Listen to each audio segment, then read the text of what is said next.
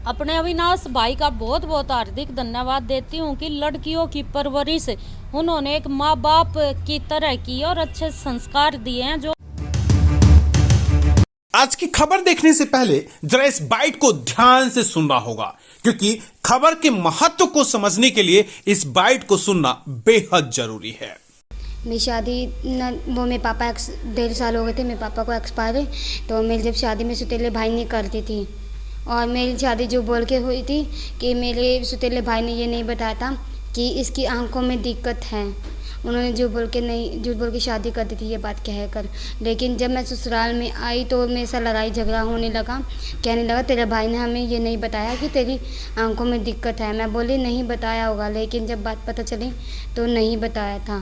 सिर्फ उन्होंने यही बताया था कि इसकी आंखों में पानी आता है।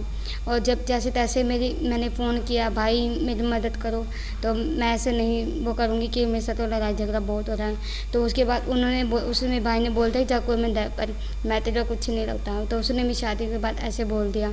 और फिर मैं उनके घर से सुसाइड करने के लिए बहुत बार निकली, क्योंकि हमारे जो ससुराल था वहाँ पे ना रेलवे स्टेशन पास में ही पड़ता था।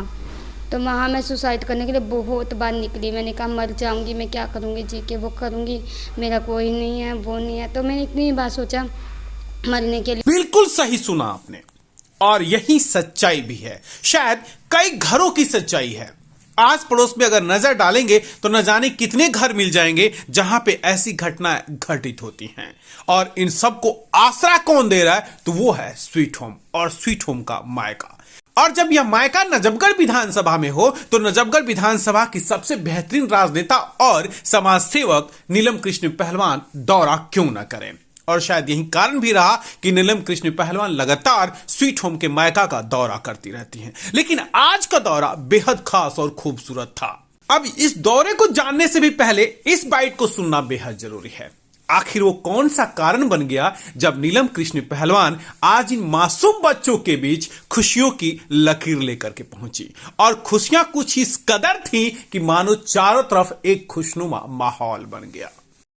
देखा एक बच्चे के पैर में जूते नहीं है, उन्होंने सब बच्चों के लिए जूते की दुकानदार को फ़ोन कर दिया, यहाँ से नंबर लेके गया और सबको बोला 1 क्लास जूते। इस ठंड में, कड़कती ठंड में जब हम अपने बच्चों को पूरा सर से पैर तक ढककर घर से बाहर निकलते हैं, तो वही कुछ बच्चे जिनके पास शूज नहीं होते वो नंगे पैर पूरा दिन और रात गुजार लेते हैं। भला इस दृश्य को देखकर कोई समाज सेवक चुप कैसे रह सकता है? शायद नीलम कृष्ण पहलवान भी इसी दृश्य को देखकर व्यथित हो गई और आज स्वीट होम पहुंची और स्वीट होम में और उन सभी बच्चों को जूते वितरित किए। यह देखकर बच्चों को अपनापन का एहसास कैसे नहीं होता, उनके चेहरे पर मासूमियत कैसे नहीं आती, और शायद उनकी भावनाओं को देखकर नीलम कृष्ण पहलवान भी एक आत्मीयता का एहसास जरूर कर रही थी। ये पल वो पल था जिसे शब्दों में व्यक्त नहीं किया जा सकता। लिखने के लिए भी शब्द छोटे पड़ जाएंगे, क्योंकि ये तो भावनात्मक वाक्य था, ये तो भावनाओं से जुड़ा हुआ था, जिसको देख करके सिर्फ एहसास किया जा सकता था कि अगर आप किसी के काम आते हैं, क्योंकि इससे बेहतरीन दृश्य और कोई नहीं हो सकता। आज नीलम मैम आई थी हमारे होम में और मैम बहुत खुश थी। और मैम ने यहाँ पर केक कटिंग किया बच्चों के साथ और स्टाफ के साथ, और हम लोग को सूट के कपड़े भी दिए, और जो छोटे बच्चे थे उनके लिए जूते चप्पल लेकर आई थी। वर्षा, स्वीट होम में कितने साल से रह रही हैं आप? सर मुझे 1 साल हो गया। और कैसा लगता है स्वीट होम? सर अच्छा लगता है। अच्छा, जब स्वीट होम में इस तरह से कोई हस्ती आती, नीलम पहलवान आई थी, आके उन्होंने आपको जरूरत की सामान दी, कैसा फील हो रहा है और क्या एहसास कर रही हैं आप इस वक्त? सर अच्छा लगता है जब कोई हमें अपना समझता है, हमारे साथ अपनी खुशियाँ बांटता है, छोटी छोटी खुशियाँ हमारे साथ बांटता है, हमें अपना समझ के, है ना।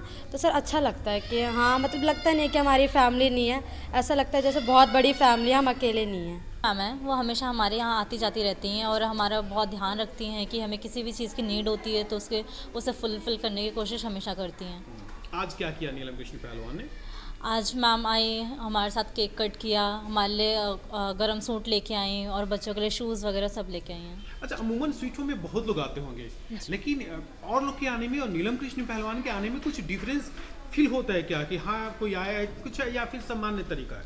हाँ, थोड़ा डिफरेंट फील होता है, क्योंकि मैम हमेशा जब भी उनसे हो सकता है तो वो हमेशा आती रहती हैं। साल में मतलब 5-10 बार तो चक्कर लगा देती हैं मैम यहाँ से, और आके बात भी करती हैं। हर फेस्टिवल पे हमसे आके मिलती हैं, हमारी चीज़ों को पूरा करना, सारी चीज़ें करती हैं। मुस्कान, कब से आप स्वीट होम में? 15 डेज़ हो गए मुझे। 15 डेज। कैसा लग रहा है स्वीट होम? अच्छा लगा मुझे। जब से आप आई हैं कौन कौन आ रखा है स्वीट होम में? अभी तक किसी की ट्रैवलिंग मतलब कोई आ रखा है यहाँ? हाँ, काफ़ी सारी लड़कियाँ आई हैं यहाँ पे। क्या फील होता है स्वीट होम में आपको? अच्छा लगता है। लोग कुछ सबसे बेहतर क्या लगता है?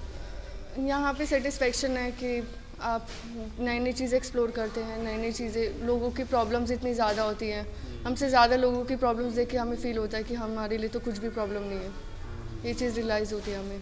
यही कारण रहा कि पत्रकारों ने स्वीट होम के संचालक अविनाश जैन से कुछ सवाल पूछे और उन्होंने जाना कि नीलम कृष्ण पहलवान आज स्वीट होम का दौरा क्यों कर रही हैं। धन्यवाद करता हूँ हमारी बहन नीलम जी का, और जितना इन्होंने कहा है वो तो बहुत ही कम है।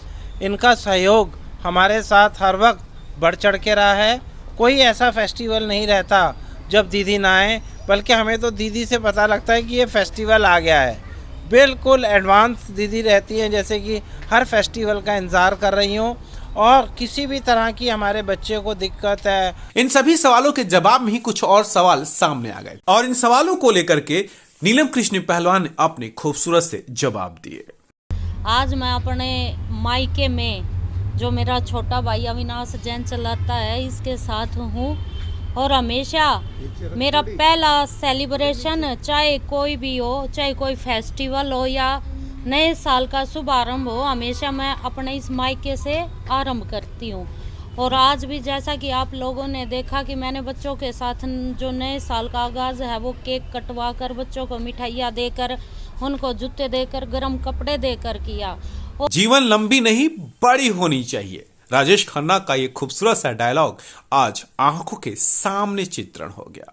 बस जरूरत तो सिर्फ एक चीज की है, ऐसे समाज सेवकों की संख्या में थोड़ी सी और बढ़ोतरी हो जाए तो शायद दुनिया और खूबसूरत हो जाए। दिल्ली ब्रेकिंग के लिए अनुज मिश्रा की रिपोर्ट।